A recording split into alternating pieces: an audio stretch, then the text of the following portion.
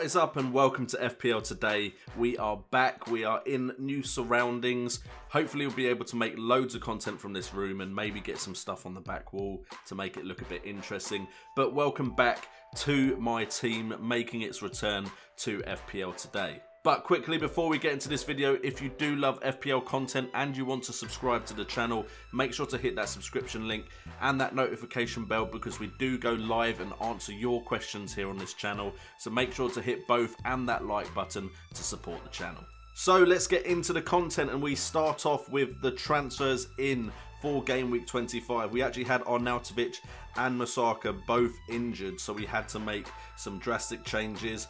Couldn't really decide on the midfielder, so we went with Xherdan Shaqiri, and we also went with Shane Duffy, who is the silhouette there, because we still don't have any graphics for players like Shane Duffy from Brighton, and they managed to get us a grand total of 5 points. But that is 5 points more than I would have got if I kept Arnautovic and Masaka, so it's all good in the end, and I'm hoping Shane Duffy and Shaqiri can bring me some points in the future, as both have a decent run of fixtures moving forward. We then have the top performers for the team, and we actually managed to get a decent point total for this game week. And the standout performer is Nick Pope with 11 points. Despite the fact he conceded, he got a penalty save and 3 bonus points, grabbing us 11 points in total. Then Raheem Sterling was the second best performer with 10 points from 2 assists and 1 bonus point. And then Mohamed Salah, who we captained, did manage to get a goal, which was 8 points, doubled up because he wore the captain's armband, no bonus points. But we managed to get a decent total for this game week, and it does mean we are going through in the FPL Cup, still running strong, hopefully going to win that main prize by the end of the season, but it's still a long way to go yet. So the game week 25 team in total, Otamendi also got a clean sheet, getting me 6 points, as well as Firmino also grabbing me a goal and getting 8 points. So not too bad from some of my players in the side. However, Phil Jones did get a -2, so it was a very good decision that I put him on the bench considering they were playing Spurs. Harry Kane didn't get a goal in a 2-0 win for Spurs over Manchester United. Lingard, it looks like I came in too late to take advantage of Lingard's points. Richarlison is still sitting there, still not performing. And then the other defenders, me and Duffy, didn't really pick up any major points. But overall, 65 points for a game week like this one, where I think some people did struggle, I'm quite happy with. And my opponent only got around the 40s, so we beat him convincingly in the FPL Cup. And we have managed to raise our rankings overall. We are now overall rank of 42,752, which means we are in the top 1% of players again, and we managed to get game week rank of 473,392. The average was only 47 points, so we were 18 points above the average. Highest points scored this game week was 115. If you managed to do that, you were absolutely laughing. It does mean we see green arrows across most of our mini leagues unless we stayed in one of our top ranking positions in the leagues we're doing quite well in.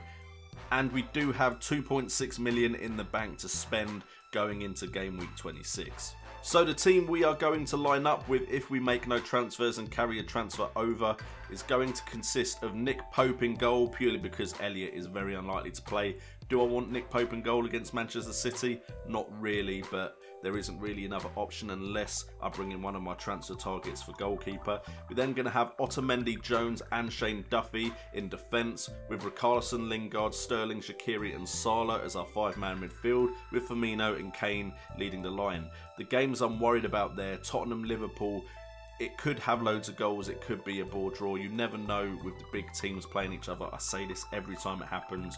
Do I think those players can score points? Yes, I do. Am I worried that they won't? Yes. We've got Sterling likely to be our captain choice then, because Sterling is coming up against Burnley. It is away, which means Burnley are at home and they can be defensively solid. So again, not overly confident with that pick. Lingard against Huddersfield. If this was the Lingard of like 3 or 4 weeks ago, I'd be very happy with this fixture. But again, worried with Sanchez coming in. We also have Shaqiri against Bournemouth. Bournemouth's defence can concede, but Bournemouth have looked good recently, so a bit worried about that one. Richarlison versus Chelsea. I mean, Chelsea did capitulate against their opponents during the midweek game, so hopefully we could see something from Richarlison, but I'm not really holding out hope for that. Defensively though, I am hopeful with Otamendi against Burnley, Jones against Huddersfield and Duffy against West Ham. West Ham with all their injuries, I'm hoping Duffy can get a clean sheet and maybe pop up with a goal. That'd be really nice. And you've got the likes of Phil Jones against Huddersfield, should be a clean sheet there. And Otamendi against Burnley. Burnley don't score that many goals, so I'm hoping they won't score any in this fixture. So the transfers, and we're actually going to go through every position, which I haven't done for a while on my team. And we're starting off with the goalkeepers, and I'm looking at Tom Heaton at 4.7 million and Karius at 4.8. The logic behind Tom Heaton is the fact that if I bring in Tom Heaton to replace Elliott, I then have my goalkeeper covered with Burnley's goalkeeper no matter who gets the nod now that Heaton is coming back from injury. And apart from that Man City game, after that it's Swansea, Southampton, Everton and West Ham. So if I have that coverage, Burnley don't have an awful run in to the end of the season, so it'd be quite beneficial for me to then not worry about that. Only downside is I then can't take advantage of double game weeks with my goalkeeper, but then by that point hopefully I'll be able to bring in another goalkeeper or use my wild card. And then we have Karius at 4.8 million. He's had 1 clean sheet over the last 6 game weeks, conceded 5. He's only made 3 saves though, which makes me think that the Liverpool defence are keeping the shots on him and that are on target down to a minimum, considering he's only conceded 5. His fixtures, Tottenham, not the greatest, but then it's Southampton, West Ham and Newcastle before Man United, so a nice 3 fixtures there. And Liverpool's defence can be solid at home as well, so hopefully some clean sheet points would be added to his total points. Moving on to our defenders, and we have Alfie Mawson and Nathan Ake as my considerations. The issue I have is Kenny from Everton, now that Coleman is back, is likely going to drop to the bench. So I have to replace him, and I have to replace him with a relatively cheap defender, not to eat up too much of my funds that I plan to spend elsewhere.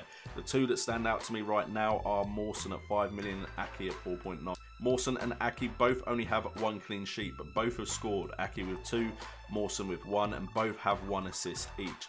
And the fixtures aren't too bad for both either, with Mawson having Leicester, Burnley, Brighton, West Ham and Huddersfield, whereas Ake has Stoke, Huddersfield, Newcastle, Leicester and then Tottenham Hotspurs. So both of them looking likely to come into my side at some point. Potentially I could have brought in Ake last game week, but because they had a more difficult fixture, or what I thought would be a more difficult fixture, I didn't bring Ake in last game week, which is a negative unfortunately for me, but we're still keeping an eye on these 2, and one of them is likely to make an appearance at some point. Then in midfield, and I struggle to find midfielders I want to bring into my side. The one that did stand out was Theo Walcott, because I haven't watched the Everton games, but there's the chance he's playing more advanced up the field. He's also the type of player that can come in with big point totals, and at 7.2 million with more guaranteed game time, I'm hopeful that he could have a really good second half of the season. So far he's had 2 goals and 1 assist in the last 6 game weeks, and he's got a minute per chance at 32.7 minutes. Unfortunately his minutes per chance created is at 98, which isn't amazing. It is Arsenal in the next game week though, and maybe he wants to prove something against Arsenal. Then it's Crystal Palace, Watford, Burnley and Brighton, so I'm hoping Theo Walcott could be a secret weapon for me moving forward, but although I think a lot of FPL managers probably have their eye on him. And then finally moving on to forwards, and there's 2 cheap forwards that I'm thinking of bringing in for Tammy Abraham, who has been in my side for far too long.